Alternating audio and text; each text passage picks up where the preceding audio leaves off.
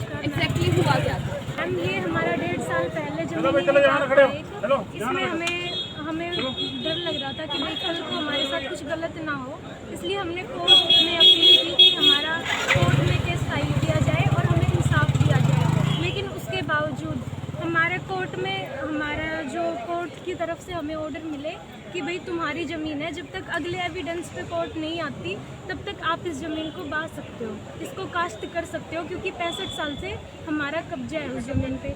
लेकिन मैम उसके बावजूद जो एंटी पार्टी है वो बार बार आकर है तो है क्या?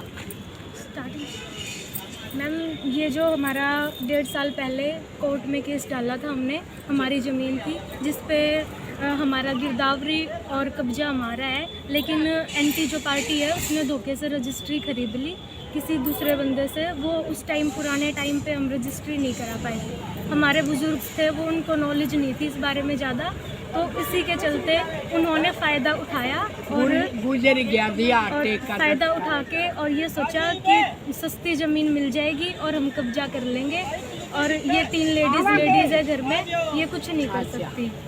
और एक वो जो मेरे हस्बैंड है वो सिर्फ एक ही है हमारे मेल सदस्य हैं जो घर में, वो भी उनको भी इन सब चीज़ों के बारे में ज़्यादा नॉलेज नहीं है, तो उसका फ़ायदा उठाने के लिए चलिए पुराने समय में तो ज़मीन आपकी नहीं हो पाई, लेकिन अभी का जो समय है शायद अपने नाम आप रजिस्ट्री करवा सकते थे, तो वो प्रयास आपने पहले क्यों नहीं किया? भाई जी जो बूढ़ा करवाने वाला था नहीं वो गुजर गया, और जिसकी ज़मीन थी वो भी गुजर गया। वह न्यू की न्यू बीच बेचारा पड़ी रही, उसके लड़के बाहर देश में रह रहे हैं तो यह न्यू पड़ी रही थी। चलिए वो तो ठीक है, लेकिन ऐसी कौन सी नौबत आई कि उन्हें जेल तक भेजना पड़ा? जेल तो न्यू भेजना पड़ा कि एक और की तो लड़ाई थी और हमारा लड़का का फायदा खा दिया। अकबई इसकी तोड़ के गिर जंग नहीं उस जमीन तो बाहर निकल जाएगा।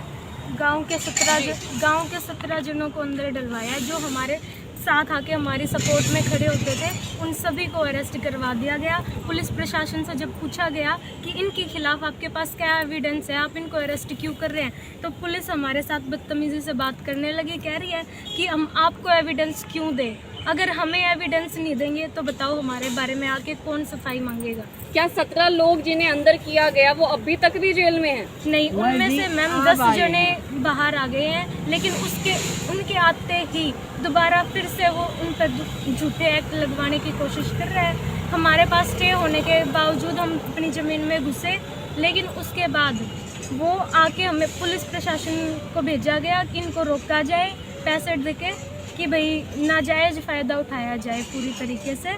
और उन्होंने आने के बाद हमें रोक दिया, उसके बाद हमने अपना ट्रैक्टर बाहर निकाल दिया।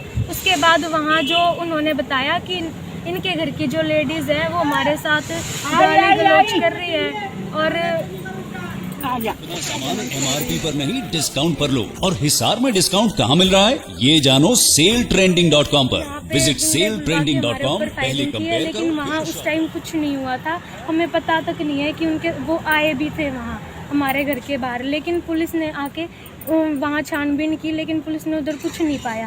वहाँ लोगों से भी पूछताछ की, लेकिन अगले दिन जैसे ही पुलिस आती है, DSP सर आते हैं, उन्हें वहाँ से बंदूक की खोल मिलती है, और हम वहाँ पूछ रहे हैं कि सर ये आज कैसे मिल गई, कल भी तो आप आए थे, कल क्यों नहीं मिली? हाँ जी। तो उन्होंने कहा कि कल नहीं मिली, आज मिल गई, अब जेल काट लेना, ऐसा हमें धमकी देकर वो चले। शक है किसी पे आपको? शक मैम सिर्फ उसी पर ही है, उसके साथ ज़मीनी विवाद चल रहा है, जो प्रताप नाम का आदमी है उसी ने ये सब कर रहा है। आपके पति का नाम क्या है? मेरे हस्बैंड का नाम अजय। और इतने सारे डॉक्यूमेंट्स लेकर आप जो यहाँ पर, ये क्या है ये डॉक्यूमेंट? कहीं FIR नजर आ रही है तो कहीं पे ऐसा लग रहा है कोई एप्लीकेशन आपने दी हुई है। मैम ये बहुत सारी एप्लीकेशंस, मैं इंसाफ मांगने के लिए यहाँ बार बार आ रही हूँ, पिछले 5 महीने से इंसाफ की गुहार लगा रही हूँ, लेकिन पुलिस प्रशासन द्वारा कोई सुनाई नहीं की जा रही। अब आप क्या चाहती हैं? इंसाफ चाहते हैं। किस तरह का इंसाफ मिलना चाहिए? मेरे पति को निर्दोष होने के बावजूद जेल डाला, उसका इंसाफ, और हमारी ज़मीन होते हुए भी हम उसमें नहीं घुस सकते, उसका इंसाफ। जी शुक्रिया मैम। फिलहाल ये 2